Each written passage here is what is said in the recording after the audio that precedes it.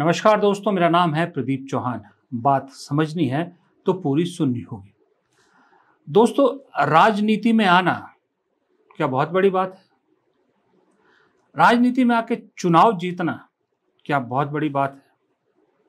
मेरे हिसाब से ये बड़ी बात नहीं है, खासकर उनके लिए जो ऑलरेडी एक स्टेटस के साथ आते हैं। किसी आम आदमी, जमीन से उठे नेता के लिए हार्ड वर्क के जरिए ऊपर तक पहुंचना, फिर चुनाव जीतना बड़ी उपलब्धि हो सकती है। लेकिन जो लोग बड़ा बड़ा नाम, बड़े ओहदा या बड़े खानदान से आते हैं, उनके लिए चुनाव जीतना, खास करके पहला चुनाव जीतना, कोई बड़ी बात नहीं है मेरे हिसाब से। लेकिन उस जीत के बाद आप अपना आचरण राजनीति में कैसा रखते हैं, आप अपने आप को लोगों की एक्सपेक्टेशन पर कितना खरा उतारते हैं और लोग आपको किस नज़र से देखते हैं, ये डिपेंड करता है कि आपने हासिल क्या किया राजनीति में आके। क्योंकि अक्सर खास करके मैंने ये देखा है, चाहे वो बड़े खानदान से हो, चाहे वो क्रिकेटर हो, चाहे फिल्मी सितारे हों, राजनीति में जब आते हैं तो एक अपना अल्टरनेट कैरियर जहाँ से आए थे वो उनका छूट जाता है। उसके बाद उसमें वैसा दम नहीं रहता जैसा वो पहले रहता था। जितने भी आप देख लीजिए, अमिताभ बच्चन भी जब वापस लौटे अपनी फिल्मी दुनिया में तो उन्हें राजनीति को अलविदा करके लौटना पड़ा। गोविंदा राजनीति में आए, वापस भी लौटे, लेकिन वो पहले वाले गोविंदा नहीं रहे। बाकी जितने भी आप स्टार्स देख लीजिए, राजनीति में आए तो राजनीति ही की फिर उन्होंने। शत्रुघ्न सिन्हा, राज बब्बर, ये बीच बीच में छोटे छोटे चीज़ें उन्होंने रोल किए, लेकिन वो कामयाबी नहीं थी जो राजनीति में आने से पहले थी। और सेम राजेश खन्ना के साथ भी था। तो इसलिए जब आप राजनीति में आते हैं तो राजनीति को फिर एक फुल टाइम करियर बनाना पड़ता है, और नहीं तो आपकी साख के साथ साथ बहुत कुछ दांव पे लगता है। और यही चीज़ राजनीतिक घरानों से आने वाले बच्चों पर भी लागू होती है। आज मैं शनिवार की सुबह दो ऐसी नेताओं के बारे में बात करना चाहता हूं। दोनों की राजनीति को एक तरह से कंपैरिजन करना चाहता हूं। दोनों फर्स्ट टाइमर सांसद हैं, दोनों महिलाएं हैं और दोनों बड़े नाम हैं। एक नाम है कांग्रेस की प्रियंका गांधी, गांधी नेहरू परिवार की लेगेसी। राजनीति को समझती हैं, राजनीतिक खानदान में पैदा हुई हैं, चुनावी राजनीति भी समझती थी, लेकिन चुनाव पहली बार लड़ा, पहली बार की सांसद है। और दूसरी है बीजेपी की कंगना रनौत, जो एक बहुत बड़ी फिल्म अभिनेत्री, कामयाब फिल्म अभिनेत्री, और अपने बयानों से सुर्खियों में रहने वाली पहली बार बीजेपी की सांसद पहली बार बनी है। अब अगर आज के वक्त में इन दोनों की राजनीति देखो, समझो, तो मुझे लगता है कोई यंगस्टर अगर राजनीति में आना चाहता है तो ये बेहतरीन केस स्टडी हैं दोनों। इन केस स्टडी को पढ़ के, इनको देख के फिर राजनीति में आगे कदम बढ़ाने के लिए बहुत मदद मिलेगी। दोनों का कंपैरिजन इसलिए कर रहा हूं कि दोनों के इलाकों में इस वक्त प्राकृतिक आपदा ने दोनों के संसदीय क्षेत्र में एक जो है वो कह सकते हो आप तूफान मचा रखा, तहलका मचा रखा। दोनों अपने अपने संसदीय क्षेत्र में हैं, लेकिन फर्क देखिए, एक के स्वागत में भीड़ उमड़ती है, पूरे भीड़ उमड़ती है, और दूसरी को गो बैक के नारे झेलने पड़ते हैं।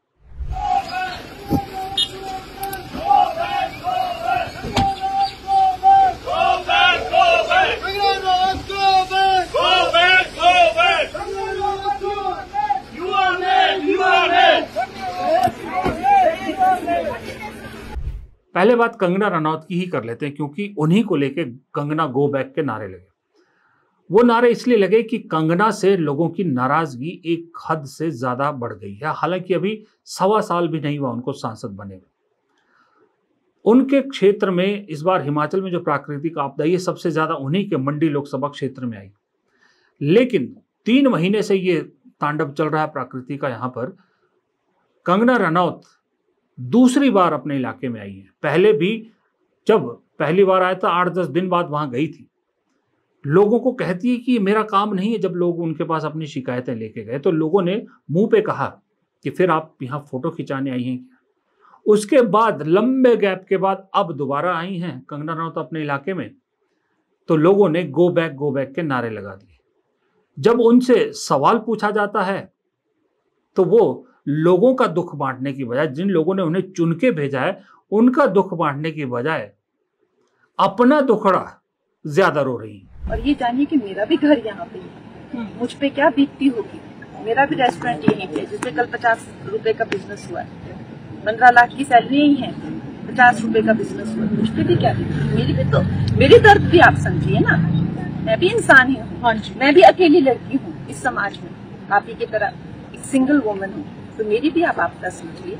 मुझे आप ऐसे अटैक मत करिए कि खन्ना जो है कहीं से क्वीन ऑफ इंग्लैंड है और हमें कुछ कर नहीं रही है, ऐसा कुछ नहीं है। मैं भी एक अपना कमाने खाने वाली खुद एक लड़की। लेकिन तो नहीं, मैं आपको बता रही हूँ कि 10,000 करोड़ से ज्यादा राशि हमें दे दी गई।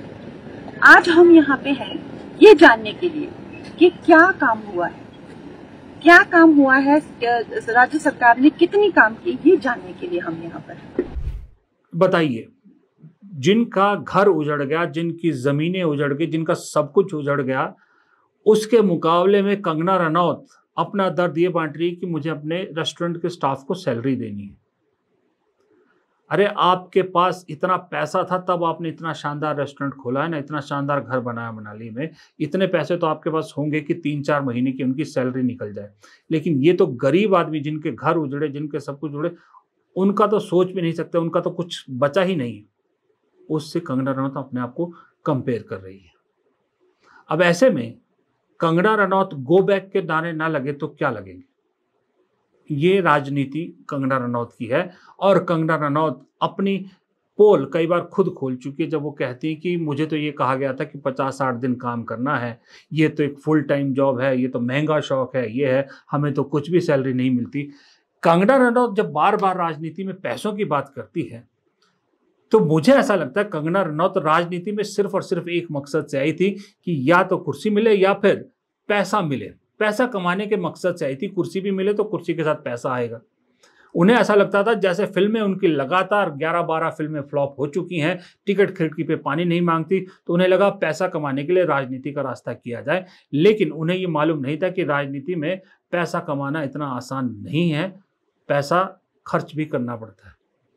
वो सांसद निधि जो 5 करोड़ मिलती है, क्या कंगना रनौत तो ये समझ के बैठी थी कि उनका पर्सनल पैसा है? मुझे समझ में नहीं है कि बहुत महंगा शौक है क्यों बोला कंगना रनौत ने, क्यों अपने रेस्टोरेंट के सैलरी की जिक्र कर रही है। वो क्या चाहती है कि जो पैसा उनको मिलता है या जो उनको सैलरी मिलती है वो सिर्फ और सिर्फ उनका हक है, उस पर अपनी मर्जी से जहां चाहे जिस काम में चाहे खर्च करना चाहती। मुझे नहीं मालूम, पहले कहती थी मंत्री बनना चाहिए था मुझे, अब तो हिमाचल के मुख्यमंत्री बनने का भी सपना देख रही है वो बीजेपी की तरफ से। यानी उन्हें हर हाल में पावर और पावर के जरिए पैसा चाहिए। मुझे तो कंगना रनौत की राजनीति यहां समझ में आती है। दूसरी तरफ अब जिक्र प्रियंका गांधी से कंपैरिजन करना जरूरी है। प्रियंका गांधी के जो वायनाड लोकसभा क्षेत्र है, वहां कंगना रनौत के लोकसभा क्षेत्र के मुकाबले बहुत कम, अगर उसके मुकाबले में करेंगे तो बहुत कम जो है वहां नुकसान हुआ है।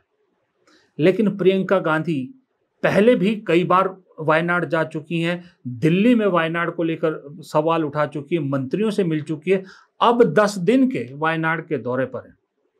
जंगल जंगल, गांव देहात, हर जगह प्रियंका गांधी पहुंचने की कोशिश कर रही है और लोग उनका स्वागत कर रहे हैं। अब तो सुना है उनके साथ राहुल गांधी और सोनिया गांधी भी वहां पर पहुंच गए वायनाड के लोगों से मिलने के लिए। लेकिन प्रियंका गांधी 10 दिन के लिए वहां पर, उससे पहले मैंने कहा कई बार जा चुकी है। और राजनीति, जमीन लोगों से जुड़ी राजनीति कैसे की जाए ये वो सिखा रही है।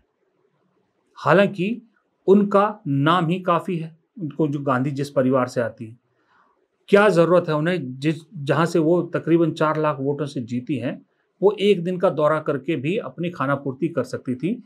बाकी क्योंकि भाई कांग्रेस के सबसे बड़े परिवार से हैं तो पूरी कांग्रेस उनकी सेवा में बिक जाएगी, उनकी कॉन्स्टिट्यूंसी में तो उनको जाने की भी जरूरत ना पड़े क्योंकि कांग्रेस के सब लोग वहां काम करेंगे, उन्हें तो सिर्फ निर्देश देने। उसके बावजूद प्रियंका गांधी वहां डटी हुई। अब ये दोनों की राजनीति का फर्क देख लीजिए। प्रियंका गांधी वहाँ ये रोना नहीं रो रही कि मैंने अपने बच्चों को देखना है, मैंने अपना ये करना है, मैंने वो करना है, मुझे इतने पैसे नहीं मिलते, वो नहीं रो रही। वो बल्कि अपनी कॉन्स्टिट्यूंसी के लोगों के लिए लड़ रही हैं, क्योंकि दिल्ली में जो सत्ता बैठी है वो भी उनकी विरोधी है, केरल में जो सरकार है वो भी उनकी विरोधी है। विरोधी सरकारों से लड़ रही है अपने क्षेत्र के हक के लिए, जबकि कंगना रनौत के पास सबसे बड़ा प्लस पॉइंट यह है कि दिल्ली में सरकार उनकी अपनी है। मोदी जी की खासम खास में से कंगना रनौत गिनी जाती है, वो उनकी चॉइस थी उन्हें चुनाव लड़ाना। लेकिन दोनों की राजनीति का फर्क आप देख लीजिए कि दोनों किस लेवल की राजनीति कर रही। और एक बयान, अब राजनीतिक बयानों की भी बात करता हूं, दोनों के मैं आपको एक एक बयान सुनाता हूं जिसमें आपको राजनीतिक मैच्योरिटी भी नजर आएगी। प्रियंका गांधी अपने भाई के वोट चोरी मुद्दे को लेकर सिग्नेचर कैंपेन में लोगों से जुड़ने की अपील कर रही हैं, तो उसी वोट चोरी के मुद्दे पर कंगना रनौत जो बयान दे रही हैं, वो बयान सुन के आपको भी हंसी आएगी। दोनों के सुनिए। I urge all of you to join our Vote Chori signature campaign. Just as every vote counts, every signature counts, every one of your voice standing up for democracy, standing up for the constitutional values which we are fighting for our constitution counts. Vote चोरी सिर्फ यहाँ पे बिहार में और UP में हो रही है, लेकिन कर्नाटका में नहीं हो रही है, हिमाचल प्रदेश में नहीं हो रही है, पंजाब में नहीं हो रही है, ऐसी इतनी स्टेट्स में नहीं हो रही है। ये इस तरह की बातें करके वो ना कि सिर्फ संविधान का अपमान करते हैं, वो इस तरह के एक सोर लूजर बन जाता है। जब कोई इंसान को कहता है ना कि खुद से खाना नहीं बना तो तुम्हारी थाली में वो थूक देगा, इस तरह का वो कैरेक्टर है। खैर मैं उससे ज्यादा कुछ बोलना नहीं चाहती। अब आप बताइए, कंगना रनौत कह रही हैं कि राहुल गांधी को ना कर्नाटक में वोट चोरी दिखती है, ना हिमाचल में दिखती है, ना तेलंगाना में दिखती है, सिर्फ यूपी बिहार में दिखती है। इसका मतलब मैडम कम से कम अपने बीजेपी का रूल तो फॉलो कर लीजिए, कम से कम व्हाट्सएप यूनिवर्सिटी से तो ज्ञान ले लेती पूरा। व्हाट्सएप यूनिवर्सिटी का ज्ञान भी नहीं है। अरे राहुल गांधी ने 2 बार वोट चोरी का जो मुद्दा उठाया, दोनों के बाद दोनों का दोनों कर्नाटक का है मैडम। उन्होंने बिहार यूपी का तो जिक्र ही नहीं किया अभी, दोनों बार कर्नाटक का उठाया है। और दोनों में से कल तो जो मुद्दा उठाया था परसों, वहां तो जीती भी कांग्रेस है उस विधानसभा क्षेत्र में। मैडम कह रही है वहां की बात ही नहीं करते।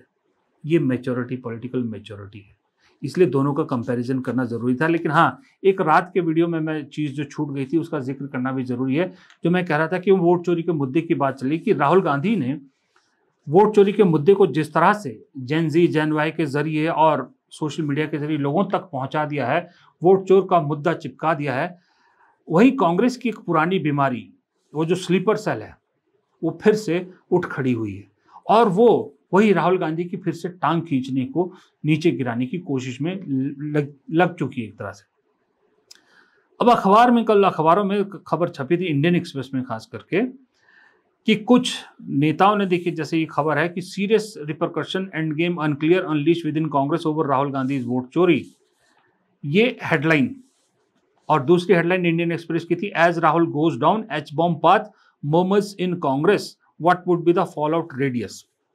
ये कांग्रेस के कुछ नेताओं से बातचीत करके ये खबर छपी है।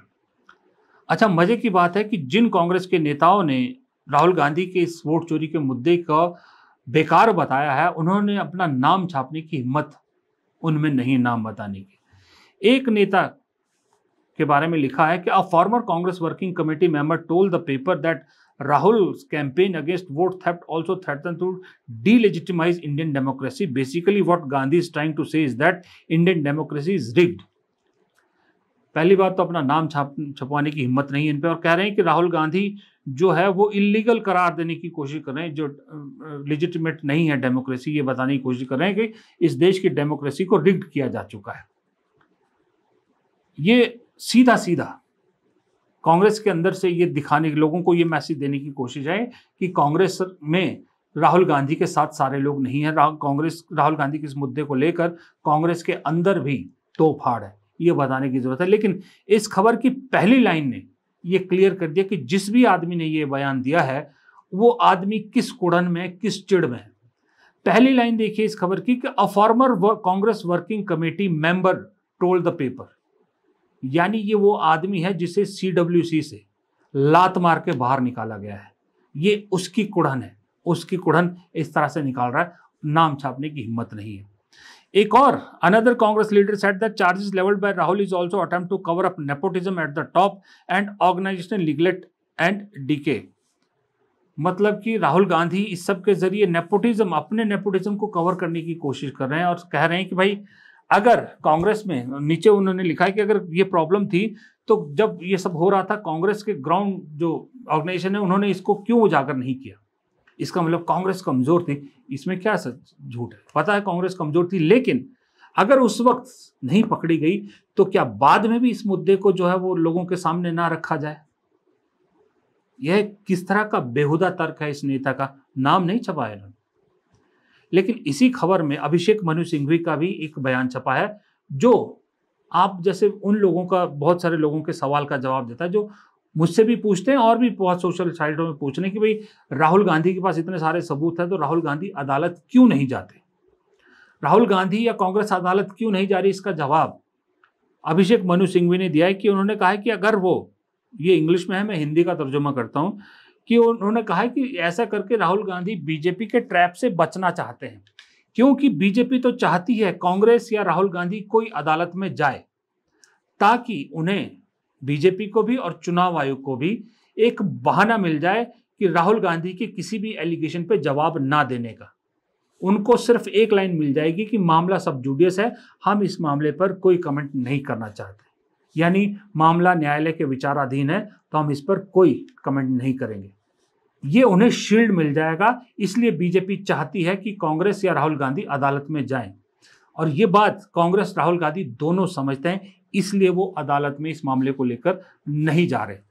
वो एक्सपोज करते हैं, करते रहेंगे। उन्होंने कहा है 2-3 महीने में भी बहुत सारी चीजें आना बाकी, हाइड्रोजन बम तो अभी उन्होंने कहा वो तो आना बाकी है ही है। इसलिए अभिषेक मनु सिंघवी ने भी इसी खबर में बयान दिया और क्लियर किया है।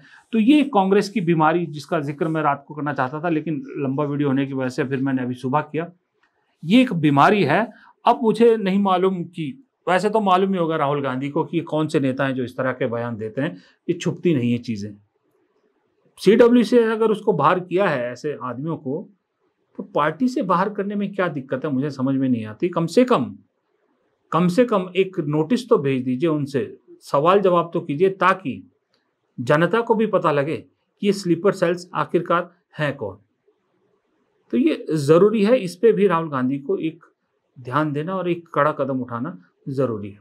फिलहाल इस वीडियो में इतना ही। प्रदीप चौहान को दीजिए इजाजत। नमस्कार।